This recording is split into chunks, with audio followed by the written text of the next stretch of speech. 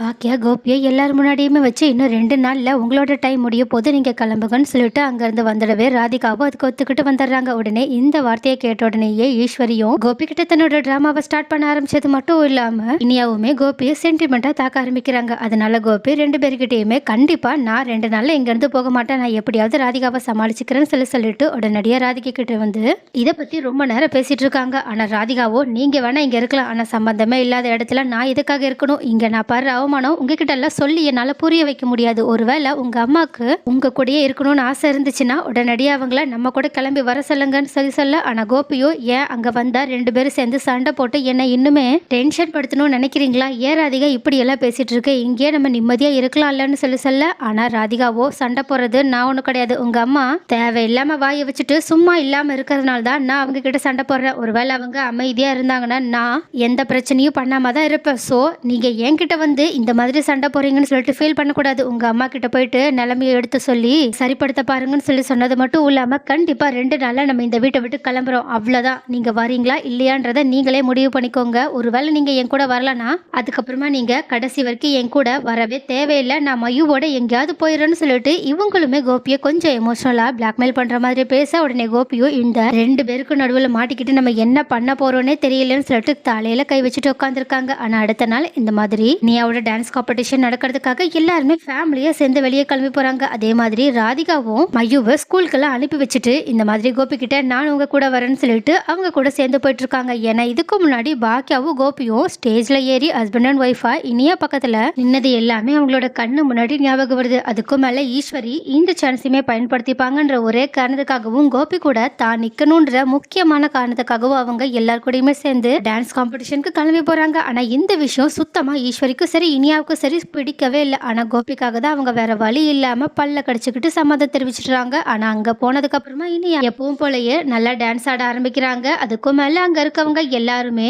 இனியாவோட டான்ஸை enjoy பண்ணி பார்த்துட்டு இருக்கதை பார்த்துட்டு கோபியும் பாக்கியாவும் ரொம்பவே பெருமையா ஃபீல் பண்ணிட்டு இருக்காங்க. கடைசியா அவங்க யாரு வின்னர்ன்ற விஷயத்தை அனௌன்ஸ் பண்ணும்போது எல்லாரும் எதிர்பார்த்தபடியே இனியா தான் ஃபர்ஸ்ட் பிரைஸ் வின் பண்ணிருக்காங்கன்னு சொல்ல உடனே இதை கேட்டுட்டு இனியா ரொம்பவே சந்தோஷம் அடையாது மட்டும் இல்லாம அங்க ஸ்டேஜ்ல இருக்கவங்களும் இதுக்கு முன்னாடி இனியா அவங்களோட அப்பா அம்மா கூட சேர்ந்து தான் இந்த பிரைஸை வாங்கணும்னு ஆசைப்பட்டாங்க. ஸோ இப்போவுமே நாங்கள் இனியாவோட அப்பா அம்மாவை ஸ்டேஜுக்கு வர சொல்லி கூப்பிடுறோம்னு சொல்ல உடனே இதனால இனியா இன்னுமே ரொம்பவே ஹாப்பியாக அவங்களோட அம்மா கூடயும் அவங்க அப்பா கூடயும் இருக்கலாம்னு சொல்லிட்டு பார்க்கும்போது தான் திடீர்னு அவங்களுக்கு செம்ம ஷாக். ஏன் ஈஸ்வரியுமே அதிர்ச்சியில தான் உட்காந்துருக்காங்க. ஏன்னா ஒரு பக்கம் பாக்கியா வந்து நிற்க, இன்னொரு பக்கம் கோபி ராதிகாவோட வந்து நிற்கிறாங்க. உடனே இதை பார்த்துட்டு அங்கே இருக்கவங்க எல்லாருமே என்ன 3 பேரா வந்து நிற்கிறாங்க, என்ன இனியா எங்க எல்லாருக்கும் ஒரு அம்மா தான், உனக்கு மட்டும் 2 அம்மாவான்னு சொல்லிட்டு அவங்கள ரொம்பவே எமோஷனலாக பிரேக் பண்ற மாதிரி கிண்டல் பண்ண ஆரம்பிக்க உடனே இதனால இனியா அந்த பிரைஸை கூட வாங்காம அழுதுகிட்டே அங்கிருந்து ஓடியே போயிடுறாங்க. உடனே இதை பார்த்துட்டு பாக்கியா செம்ம கோபத்தோட அந்த பசங்களை எல்லாம் திட்டினது மட்டும் இல்லாம இங்க பாருங்க, தேவையில்லாம அடுத்தவங்க குடும்பத்து விஷயத்துல தலையிறது உங்களுக்கு எந்த விதத்திலயும் அதிகாரமே கிடையாது. அது மட்டும் இல்லாம நாங்க எப்படி இருக்கோமோ அதை நீங்க ஒண்ணு ஜட்ஜ் பண்ண வேண்டிய அவசியம் கிடையாது, அப்படி இப்படின்னு சொல்லி அவங்க கிட்ட நல்லா இந்த மாதிரி அவங்க பண்ண தப்பான விஷயங்களை புரிய வைக்கிற மாதிரி செம்மையா ஒரு போடு போட, அப்ப இந்த மாதிரி கோபியே இந்த விஷயத்தினால ஸ்டன் ஆகி நின்றுட்டு இருக்கும்போது பாக்கியா இவ்வளோ தெளிவா இந்த விஷயத்தை ஹேண்டில் பண்றதை பார்த்துட்டு அவங்க இன்னுமே பாக்கியாவை ரொம்பவே பெருமையா நினைச்சிட்டு இருக்காங்க. ஆனா இதை பார்க்குற ராதிகா தான் இன்னுமே ரொம்பவே அவமானத்துல கோணி குறுகி நின்றுட்டு இருக்காங்க. ஏன்னா அவங்களையே இன்னும் எல்லாருமே ஒரு மாதிரியா பேசிட்டு இருக்காங்க. அதனால கோபமா அங்கிருந்து அவங்க வெளியே கிளம்பி போற மாதிரி போனாலும் மனசுக்குள்ள ரொம்பவே இதனால கஷ்டப்பட்டுட்டு இருக்காங்க. ஆனா இதை பார்த்த ஈஸ்வரியும் வீட்டுக்கு செம்ம கோபத்தோட வந்தது மட்டும் இல்லாம அங்க வந்து ஃபீல் பண்ணிட்டு இருக்கா ராதிகாவையும் கோபியையும் பார்த்துட்டு உங்களுக்குலாம் கொஞ்சம் கூட அறிவே கிடையாது, அந்த ஸ்டேஜ்ல எல்லாரும் முன்னாடியுமே இப்போ இப்படி 2 பேருமா வந்து நின்றுட்டு இருக்கீங்களே, பாக்குறவங்க என்ன நினைப்பாங்க, இனியா இப்போ எவ்வளவு அவமானத்துல இருந்தான்றது உங்களுக்கு புரியுதா இல்லையான்னு சொல்லிட்டு பேச ஆரம்பிக்க. ஆனா ராதிகாவோ நான் என்னோட புருஷன் கூட தானே வந்து நின்னேன், அவங்களுக்கு அதுல பிரச்சனை இருந்தா என்னால அதுக்கு ஒன்னும் பண்ண முடியாது, அது மட்டும் இல்லாம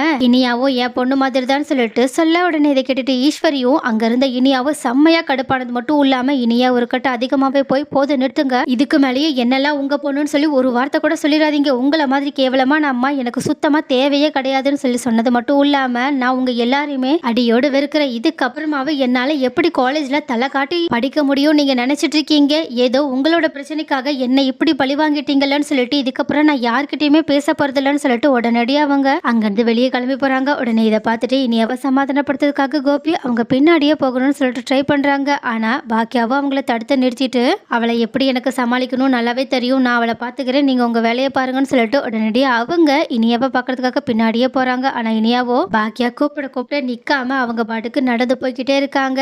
ஒரு கட்டத்துல பாக்கியா ரொம்பவே எமோஷனல் ஆகி பிரேக் ஆகி இனியா கிட்ட தன்னோட சூழ்நிலை எல்லாத்தையுமே சொல்ல ஆரம்பிக்கிறது மட்டும் இல்லாம இதுக்கு மேலே என்னால அந்த ஆளு கூட சேர்ந்து வாழவே முடியாதுன்னு சொல்லிட்டு அவங்க எவ்வளவு கஷ்டத்தோட இருக்காங்கன்ற விஷயத்தையுமே எடுத்து சொல்ல உடனே இதை பார்த்துட்டு இனியாவுமே அப்பனா நம்ம அம்மாவுக்கு நம்ம அப்பா கூட சேர்ந்து வாழ்றது அவ்வளோ பெரிய கஷ்டமான விஷயமா, நம்ம தான் இதை தெரியாம இப்படி ஹேண்டில் பண்ணிட்டோமான்னு சொல்லிட்டு அவங்களுமே அவங்க அம்மா கிட்ட தயவு செஞ்சு மன்னிச்சிருங்கம்மா, இதுக்கப்புறமா உங்களுக்கு என்ன விருப்பமோ அதுபடியே இருங்க, நான் அப்பா கூட சேர்ந்து வாழுங்கன்னு நான் சொல்லவே மாட்டேன்னு சொல்லிட்டு அவங்க அப்படியே எமோஷனல் ஆகி பாக்கியாவை சமாதானப்படுத்த பாக்கியா இனியாவை சமாதானப்படுத்திட்டு இருக்காங்க.